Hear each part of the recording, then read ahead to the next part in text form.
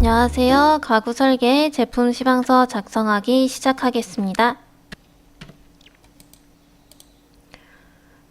자, 우리 지난 시간에 제품 시방서 작성에 대해서 배웠는데요. 오늘 그 예시를 같이 보도록 하겠습니다.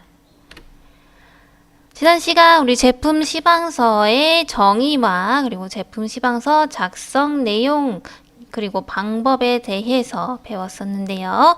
제품 시방서라는 것은요, 제품 제작에 필요한 재료의 종류와 품질, 그리고 사용처, 시공 방법, 제품의 납기 등 설계 도면에 나타내기 어려운 사항을 명확하게 기록한 것이다. 그래서 우리 도면에서 나타내기 어려운 내용들을 글로 시방서로 작성한다 라고 했습니다. 그래서 제품 설명서 또는 사양서라고도 했었죠. 자, 이 가구 제품 시방서의 내용으로는 첫째로 일단 재료 들어가겠고요. 그 다음에 조립 순서라든지 조립 내용, 그리고 가공 내용 이런 것들 들어가고요. 자, 도장, 그래서 도장하는 재료는 무엇인지, 그리고 도장 재료를 사용할 때의 기준 같은 것들 알아두셔야 되겠습니다. 마지막 기타적인 내용으로 여러 가지 부수적인 내용들 있죠. 그래서 앞에 있는 이런 재료나 조립, 도장에 대한 내용들 외에 또 들어가야 되는 내용들 더 적어 주실 수가 있겠네요. 자, 이번 시간 학습 목표. 그래서 도면에 따라 제품에 사용되는 부속품의 설치 방법과 품질을 규정할 수 있다. 운송 및 보관, 취급 시 유의사항을 규정할 수 있다. 3. 적용 자재의 규격 및 색상, 물성을 규정할 수 있다. 4. 시공 순서 및 표면 처리, 부착물 고정 방법 등을 규정할 수 있겠습니다. 자, 그래서 우리 제품 시방서 작성 보도록 하겠습니다. 자, 이 앞에 있는 소파 도면에 대한 시방서의 예시를 우리 볼 건데요. 자, 여러분들 교재랑 같이 봐주시면 될 것 같아요. 자, 보시면 이런 식으로 이렇게 사진으로 혹은 렌더링 이미지 같기도 한데요. 컴퓨터 렌더링 이미지. 아니면은 이런 식으로 투시도를 사용하셔가지고 아니면 투상도로 이렇게 보여주셔도 되겠습니다. 자, 보시면 아주 기본적인 1인용 소파예요. 그래서 여기는 패브릭으로 되어 있는 것 같고, 그 다음 나머지 틀은 원목으로 되어 있는 것 같네요. 자, 그러면 이 제품에 대한 시방서 내용 같이 보도록 하겠습니다. 자, 첫 번째로 우리 재질에 대한 내용 들어가 있는데요. 자, 목재 및 무늬목을 사용한다. 그래서 아까 보시면은 이렇게 앉는 부분, 쿠션 외에 프레임은 나무로 되어 있는 걸 볼 수가 있었죠. 자, 그래서 외부재는 월넛 원목을 사용하되 함수율 12% 이하의 건조목을 사용을 한다. 그래서 여러분들 나중에 이제 나무의 특성들, 목재의 특성들을 배울 때에 함수율이라는 것도 배우시게 될 건데요. 이 함수율이 12% 이상이다. 그러니까 특히나 15% 이상으로 넘어가게 되면은요, 그만큼 나무가 물을 많이 먹었다라는 뜻이 돼요. 나무가 물을 많이 먹게 되면은요, 우리 수축 팽창에 굉장히 취약한 재료가 되어버립니다. 그래서 우리 가구재로서는 적합하지 않은 재료가 돼요. 그래서 이런 식으로 함수율 12% 이하의 건조목을 사용을 해라 라고 명확하게 이렇게 제시를 해 놨네요.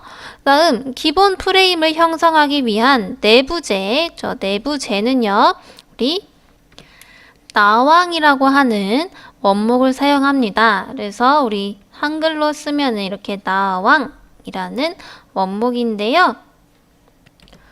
자, 얘도 마찬가지로 함수율 12% 이하의 완전 건조목을 사용해라 라고 명확하게 예시가 되어 있고요.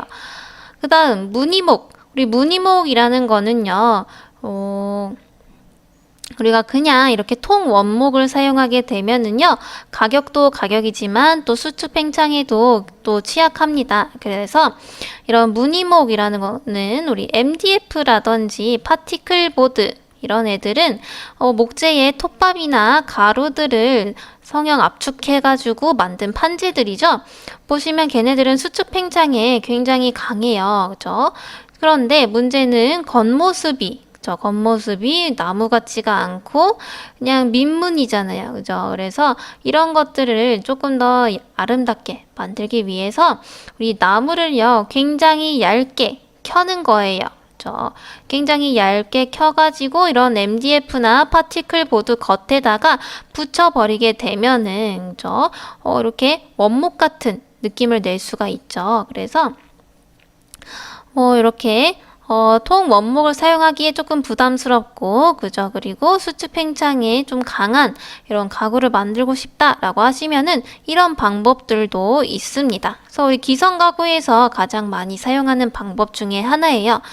자, 무늬목은 월넛 무늬목을 사용을 한다. 그래서 이 원목이랑 같이 사용을 해야 되니까 원목이랑 같이 어울리게 같은 월넛 무늬목을 사용하는데 지정된 컬러를 착색하여 사용을 한다라고 되어 있네요. 자, 그래서 이 지정된 컬러에 대한 내용들도 우리 나오게 되겠죠.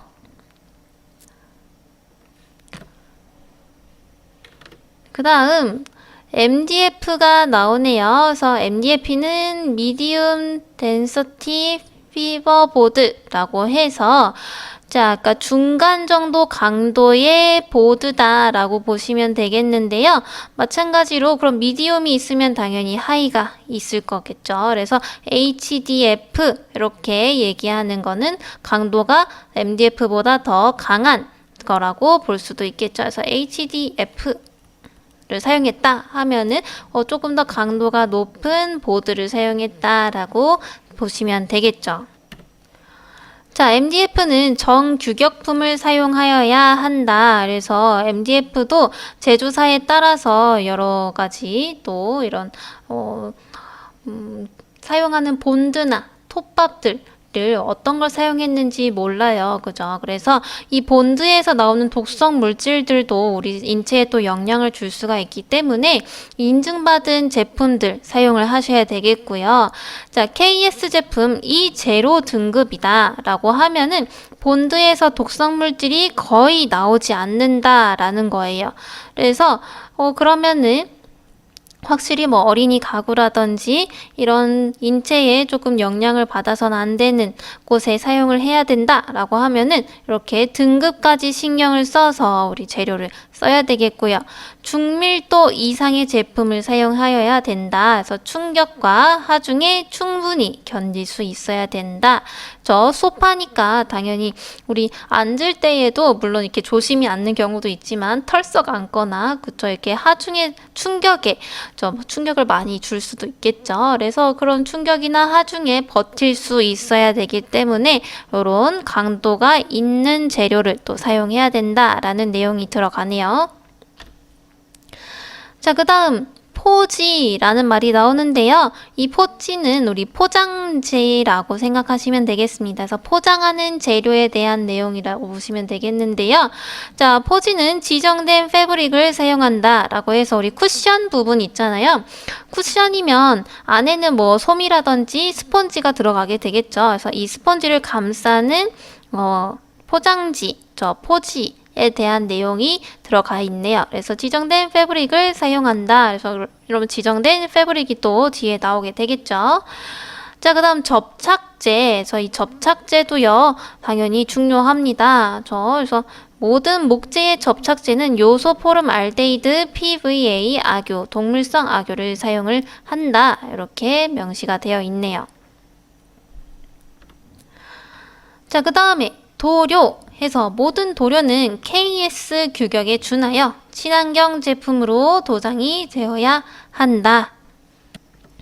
그래서 이 도료에 대한 문제들도 여러분들 꼭 상기를 해줘야 되겠습니다. 특히나 우리가 이런 소파라든지 이런 것들도 물론 이런 친환경 제품 신경 써서 사용을 해줘야 되겠지만 도마라든지 이렇게 우리 사람 입으로 들어갈 수 있는 것들도 있죠. 숟가락이나 식기 만드는 거, 저 접시 이런 것들을 사용하는 도료들은 무조건 먹어도 되는 제품들 이런 것들이 또 있어요. 그래서 이런 거에 대한 도료들 여러분들이 또 기억해서 사용하실 수가 있겠습니다. 자, 그 다음 당연히 쿠션이 들어가니까 스펀지 들어가겠죠? 스펀지는 골드 스펀지, 화학 스펀지, 카시미론을 도면에 제시된 규격에 따라 적절하게 사용을 한다. 그래서 스펀지를 적정한 크기로 잘라서 사용을 하고요. 재생 스펀지는 사용할 수가 없다. 그래서 발포 상태가 우수한 제품을 사용하고 저 하이 덴시티의 스펀지를 사용을 한다. 라고 명시가 되어 있네요. 자, 그 다음엔 조립에 대한 내용이 들어가 있네요. 모든 판넬은 나왕 무늬목 1회 또는 폴리 도장 하지 작업 공정을 통하여 바닥이 지정색을 표현하기 위한 기초 작업을 하여 사용을 한다. 그 다음 지정된 천을 재단 및 미싱 작업을 거쳐 씌우고 그래서 외부에서 탁화 고정 부위가 노출되지 않도록 한다. 그래서 이 탁화의 심 및 이렇게 철심으로 되어 있는데요. 이 철심이 겉으로 드러나 있으면은 우리가 제품을 가구로 옮기거나 그쵸 아니면은 눈으로 봤을 때에도 보기가 좋지 않아요. 그래서 이렇게 안쪽으로 숨겨지도록 해야 된다라는 내용이 있고요. 자, 하부는 부식포로 마무리하고 탁화 자국이 보이지 않도록 마무리한다. 그래서 아무리 이제 열심히 가려서 우리가 한다라고 해도 보이는 부분들이 있죠. 그리고 이런 마감되는 부분들이 이렇게 잘 정리가 되어 있지 않기 때문에 여기를 다시 부직포로 이렇게 더 씌운다라고 생각하시면 될 것 같아요. 그래서 이런 좀 정리되지 않은 부분들을 보이지 않게 가려주는 작업이라고 할 수 있겠습니다. 도면에 준하여 제작하되 필히 협의 후 현장 조건에 맞게 제작을 합니다. 자, 보시면요, 사실 이런 것들 굳이 안 써놔도 아니 제작자들이 알아서 다 하지 않나? 라고 생각할 수도 있지만요. 생각보다 이런 것들은 어떻게 보면 세심하게 그쵸 꼼꼼하게 작업을 해야 되는 부분들이기 때문에 이렇게 명시를 해놓지 않으면은요 저 작업자에 따라서 이런 과정들을 거치지 않을 수도 있어요. 그래서 이런 세세한 부분들일지라도 모두 우리가 이렇게 시방서에 작성을 해두는 것이 좋겠습니다.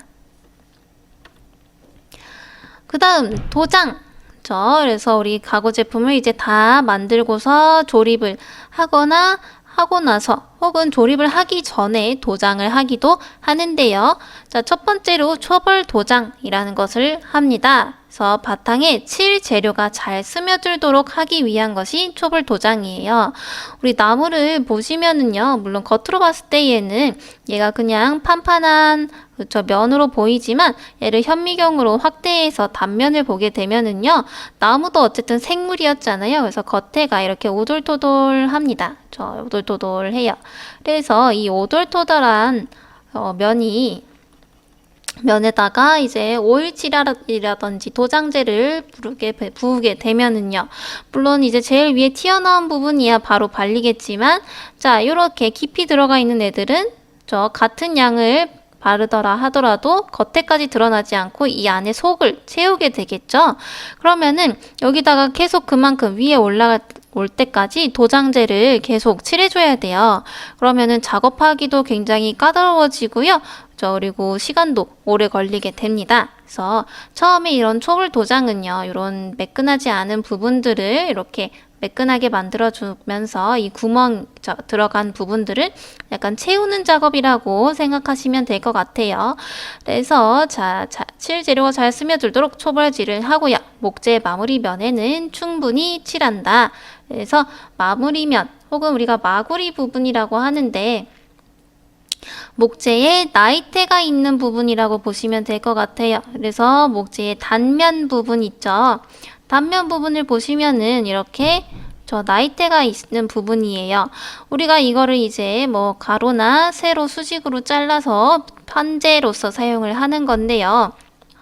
자, 이 나무 안에 보시면은 우리가 어떻게 보면은 자, 빨대를요, 굉장히 많이, 빨대 같은 구조의 이런 섬유질들이 아주 무수하게 많이 모여서 이루어졌다라고 보시면 될 것 같아요. 그죠? 자, 근데 이 빨대처럼 생긴 관들을 이렇게 수직으로 잘라버렸어요. 그러면은 여기 이제 빨대의 구멍들이 굉장히 많이 보이겠죠? 그죠? 여기다가 우리가 물을 집어넣는다 라고 생각을 해보면은요, 당연히 굉장히 여기 구멍 안으로 쏙쏙 물이 들어가겠죠? 그죠? 그래서 굉장히 흡수를 잘 합니다. 이 마부리 부분에는요. 그래서 여기에는 이 빨대 부분, 도관 부분의 안으로 오일을 계속 빨아들이기 때문에 충분하게 적셔 주셔야 겉으로 도장이 잘 될 수가 있겠어요. 그래서 요거는 여러분들 또 뒤에 가셔서 목재의 특징 이런 것들 배우게 될 겁니다. 자, 다음 초벌 도장 건조 후에 그 다음에 160 혹은 180방의 샌드페이퍼로 3회 이상 중벌 도장한다. 그래서 자, 요 샌드페이퍼는요, 우리가 자, 가로 세로. 자, 우리 샌드페이퍼는 사포라고도 얘기를 하는데요. 이 160과 180이라는 숫자는요, 자, 같은 면적의 종이가 있다라고 하면은 180이다 그러면은 여기 이 샌드페이퍼 종이 위에 보시면은 이렇게 알라리 같은 알갱이들이 붙어 있습니다.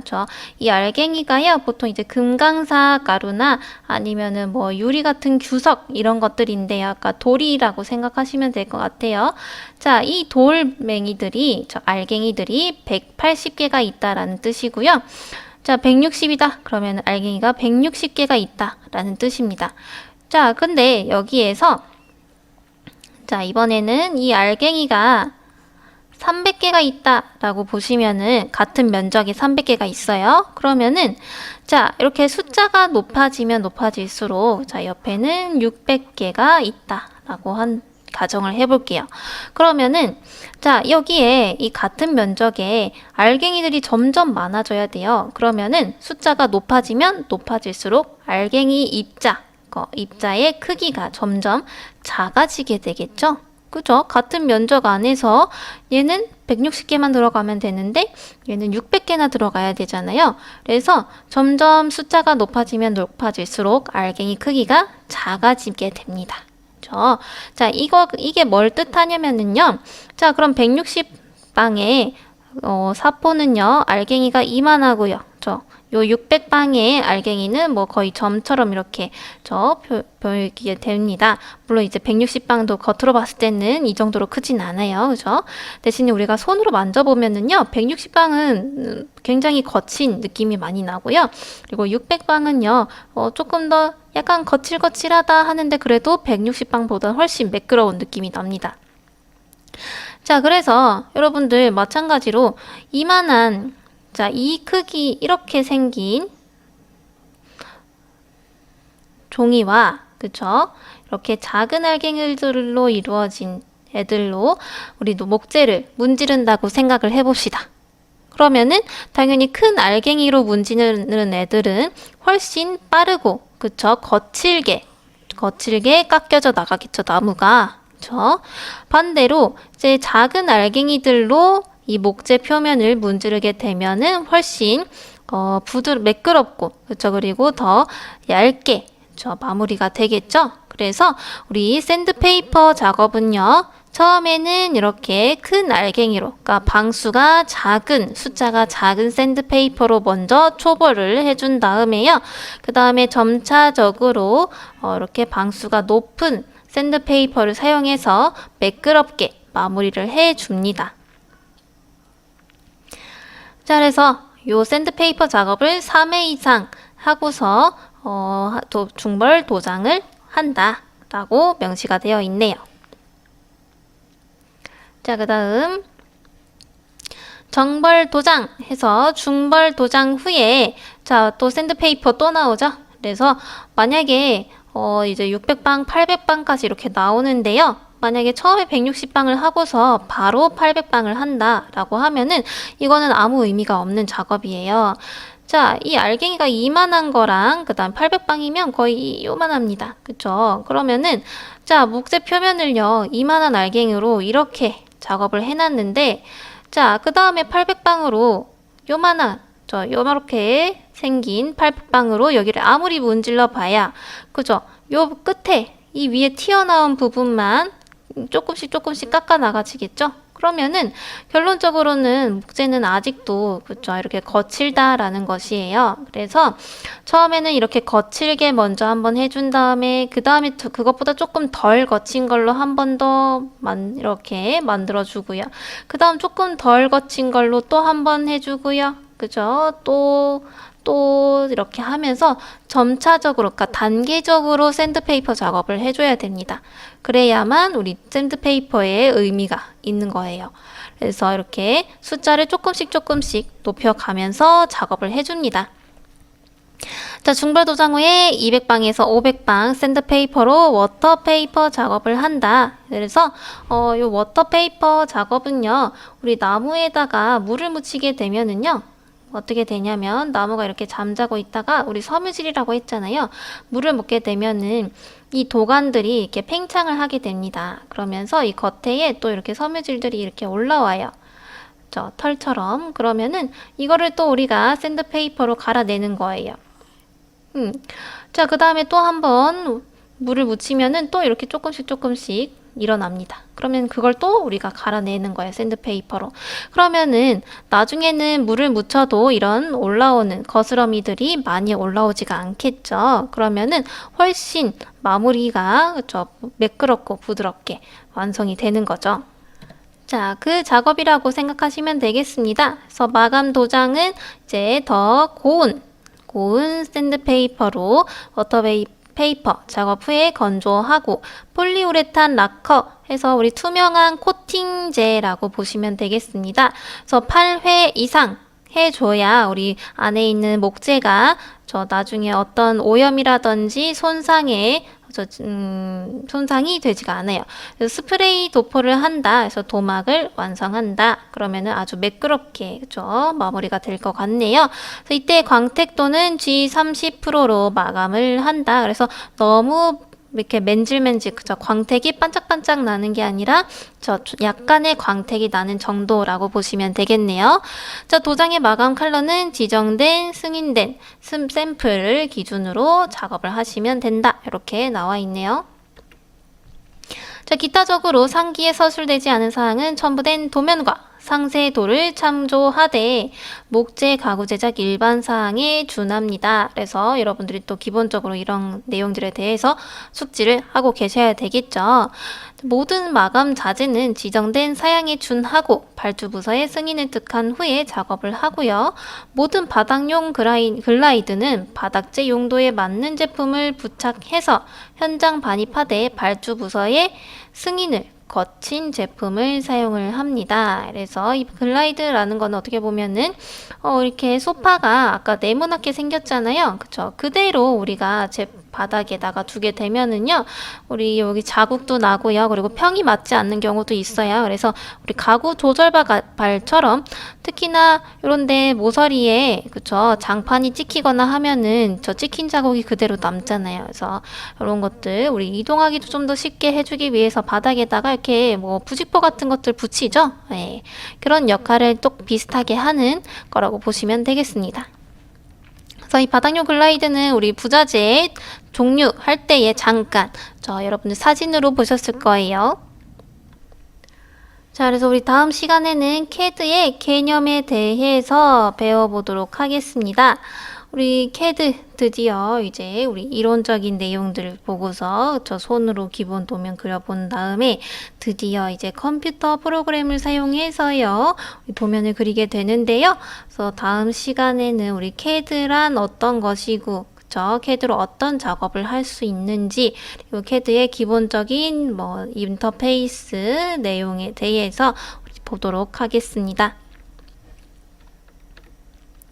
이번 시간 과제는요, 교재에 18페이지에서 19페이지 시방서 예시를 참고하셔서요. 여러분들이 나중에 제작하고자 하는 가구를 인터넷에서 한 가지 선택하셔서 그에 따른 시방서를 작성해 보시는 게 이번 시간 과제가 되겠습니다. 그래서 이런 내용들은요. 우리 그 제품들의 판매 상세 페이지라든지 이런 것들을 참고하시면은 그 제품의 재료라든지 아니면은 제작 방법이라든지 이런 것들이 상세하게 나오죠. 그런 것들을 참고하셔서 작성하시면 될 것 같아요. 네, 이번 시간 이렇게 여기까지 하고서 마치도록 하겠습니다. 수고하셨습니다.